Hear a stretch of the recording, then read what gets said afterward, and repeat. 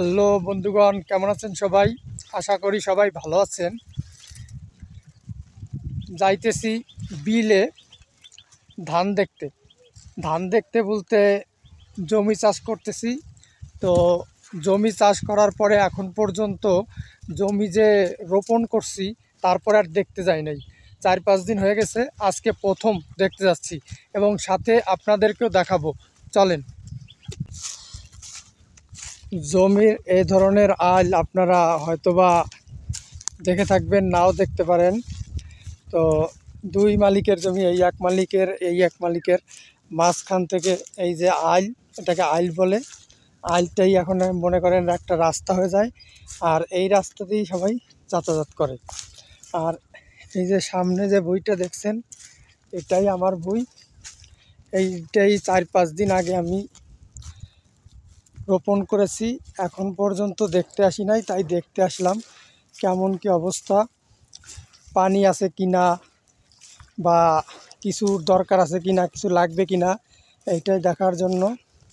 যতদূর মনে হচ্ছে কিছু লাগবে না, মোটামুটি ভালোই আছে ধানের কন্ডিশন। তো দেখছেন আমাদের গ্রামে সবাই এখন কর্মব্যস্ত এবং সবাই কম বেশি ধান রোপণ করছে, এবং কোথাও মনে হয় ধান রোপণ করতে বাকি নাই।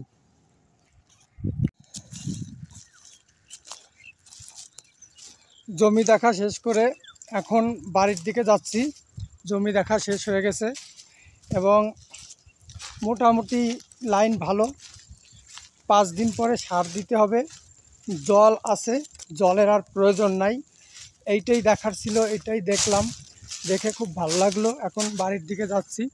তো বাড়ির দিকে যাওয়ার সময় বর্তমানে মানুষ যে সরিষার খেতে যায়, সরিষা দেখেন আমাদের এলাকায় সরিষার ফুল শেষ হয়ে গেছে, কিন্তু ফুল শেষ হলেও গাছগুলো আছে, সাথে এই যে ফল চলেছে, 2-1টা ফুল আছে এখনো।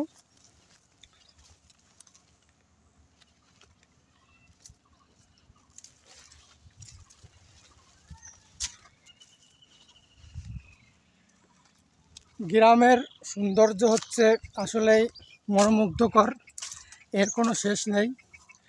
আপনারা যারা গ্রামকে ভালোবাসেন অবশ্যই আমার চ্যানেলকে সাবস্ক্রাইব করবেন এবং বেল নোটিফিকেশনটা অল করবেন, যাতে গ্রামের সৌন্দর্য দেখতে পারেন এবং গ্রাম্য লাইফ কেমন হয় এটা দেখতে পারেন।